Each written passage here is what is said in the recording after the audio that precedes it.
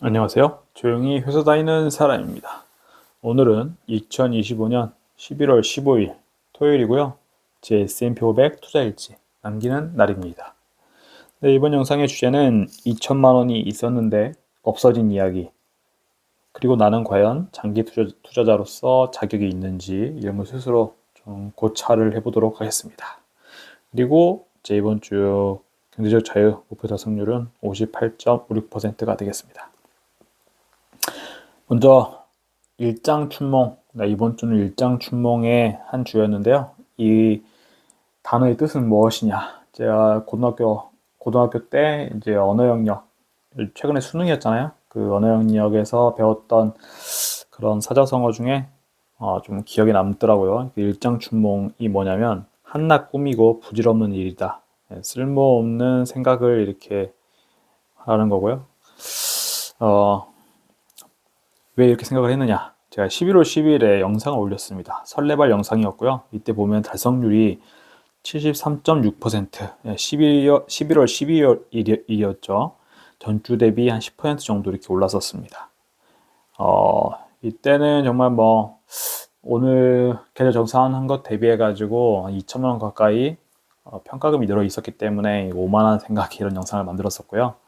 이때쯤이었습니다. 이렇게 코스 S&P 500 지수 기준으로 6,857 이렇게 갔을 때고, 그래서 11월 12일 수요일 그 전날 화요일 이렇게 지금 환율도 오르고 S&P 500도 오르면서 이렇게 쭉 올랐잖아요. 자산이 늘다 보니까 자산 조회를 어플로도 보고 제가 정리하고 있는 스프레드 시트로도 봤고, 왜냐면은 전체 자산의 앞자리가 바뀔 정도로 이게 자산이 많이 늘었었기 때문인데요. 그래서 이렇게 지금 환율이 계속 오른다고 하지, S&P 500은 하루가 멀다고 오르고 있지 이러니까, 원래 제가 DCA 분할 매수 계획을 세워놨는데 이것을 어기고 앞당겨가지고 지금 갖고 있는 현금 모두 환전해서 매수를 할까라는 고민은 엄청 했었습니다.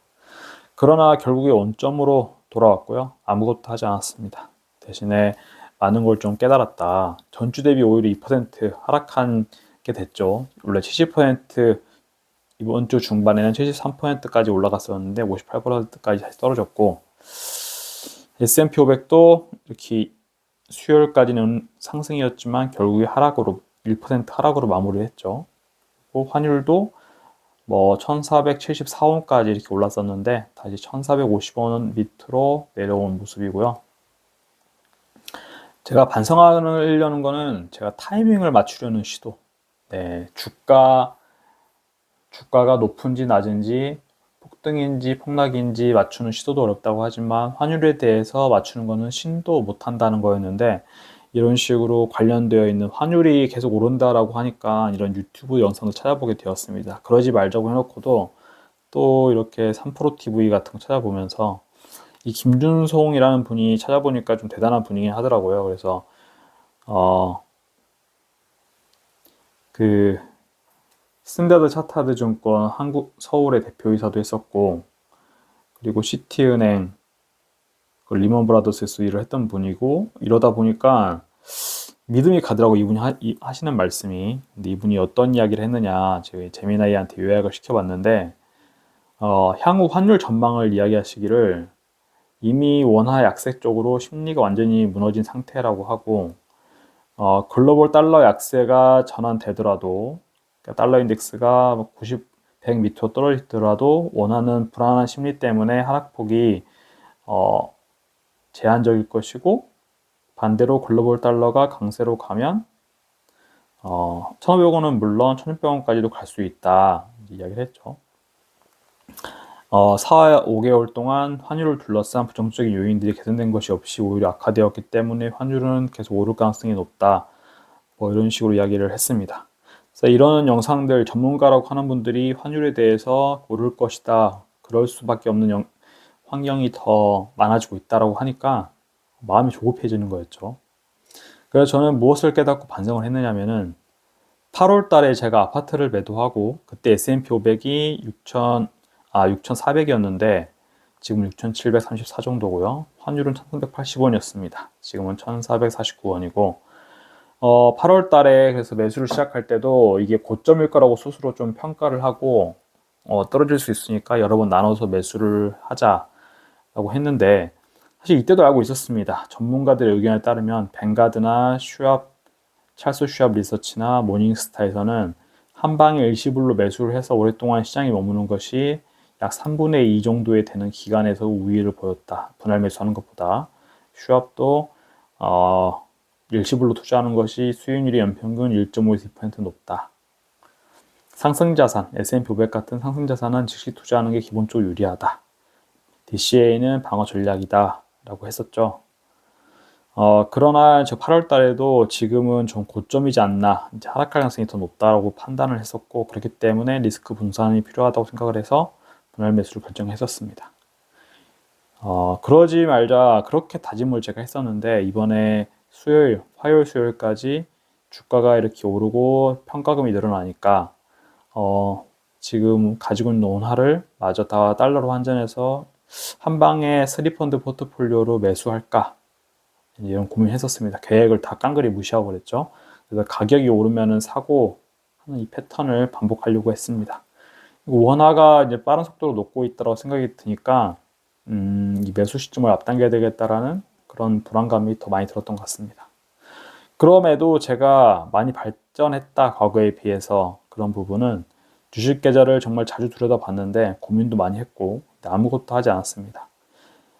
토요일 아침에 열어보니까 이제 제가 봤던 이번 주 고점 대비 평가액이 당연히 2천만 원 정도 줄어들었고 바뀌었던 앞자리도 다시 원래대로 돌아왔습니다. 달러라도 환전해 놓을까 고민도 했었고 매수할까 뭐 이런 걸 고민했었는데 아무것도 행동을 하지 않았습니다. 충동에 가까운 거였겠죠. 몇 개월 동안 계획을 세웠던 거를 하루아침에 이번 주에 뒤집는 거였을 거기 때문에 여기에 도움이 되었던 거는 이제 제미나이를 저는 이제 유료로 돈을 내고 쓰고 있는데 AI와 함께 장기 투자를 진행하는 것이 제 심리를 붙잡는 데 큰 도움이 되는 것 같습니다. 평정심을 이렇게 이룰 때 데이터에 기반해서 제미나이는 저에게 조언을 해주기 때문인데요. 제가 제 자산에 적혀 있는 자산과 매수 계획표를 보여주고 그리고 현재의 상황을 제미나이한테 분석을 시킨 다음에 물어봤더니 저는 현금으로 가지고 있는 남은 비용을 갖고 있는 거에 대해서 좀 후회를 한다는 식으로 물어봤더니 DCA 전략, 분할 매수하는 전략을 할 때는 필연적으로 발생할 수밖에 없는 심리적인 비용이라고 판단해 줬고요. 세 가지 전략을 추천해 줬습니다. 첫 번째 전략은 제가 8월에 신중함을 유지하는 전략, 그리고 좀 가속화해가지고 가속화해서 8월 내년 2월까지 매수하려고 했던 거를 12월까지 단축해가지고 매수를 해라. 혹은 한 방에 이번에 매수를 하든지 세 가지 전략을 추천해줬고 이미 이 친구가 분석하기에도 제가 가지고 있는 현금 자산을 보면은 사실 20%좀 넘는 수준인데요. 이미 성공적으로 저희가 지금 주식시장에 안착을 한 상태이기 때문에 23%를 수익률 극대화보다는 어떤 후에 어떤 리스크를 피하고 싶은지에 대해서 같이 판단을 해봐라 조언을 해줬습니다. 그래서 저는 원래의 계획을 따르기로 했고요. 저희 투자 현황을 보면은 이게 스테이드 코스 맨날 이렇게 매주 말로 하면서 제가 8월 달에 왜 일시불로 매수하고 그냥 기다리는 선택을 하지 못했는지 시장에 오래 팔지 않고 머무르는 전략을 썼어야 되는데 심약했는지라는 생각을 좀 다시 한번 해보게 됐습니다. 그래서 포트폴리오 매도 아무것도 하지 않았기 때문에 현재 포트폴리오는 이런 비중을 구성하고 있고 내년 2월이 되면은 기존 계획대로 이런 56%, S&P 500, VX-US 24%, 채권 20% 이렇게 구성이 되겠습니다. 그래서 이번 주는 수익금이 정말 안타깝지만 플러스 2천만 원이었다가 다시 마이너스 73만 원 정도 줄어들게 되었습니다. 그래서 저의 목표 달성률은 이렇게 올라가 있었는데 꺾여버렸다 말씀을 드리고요.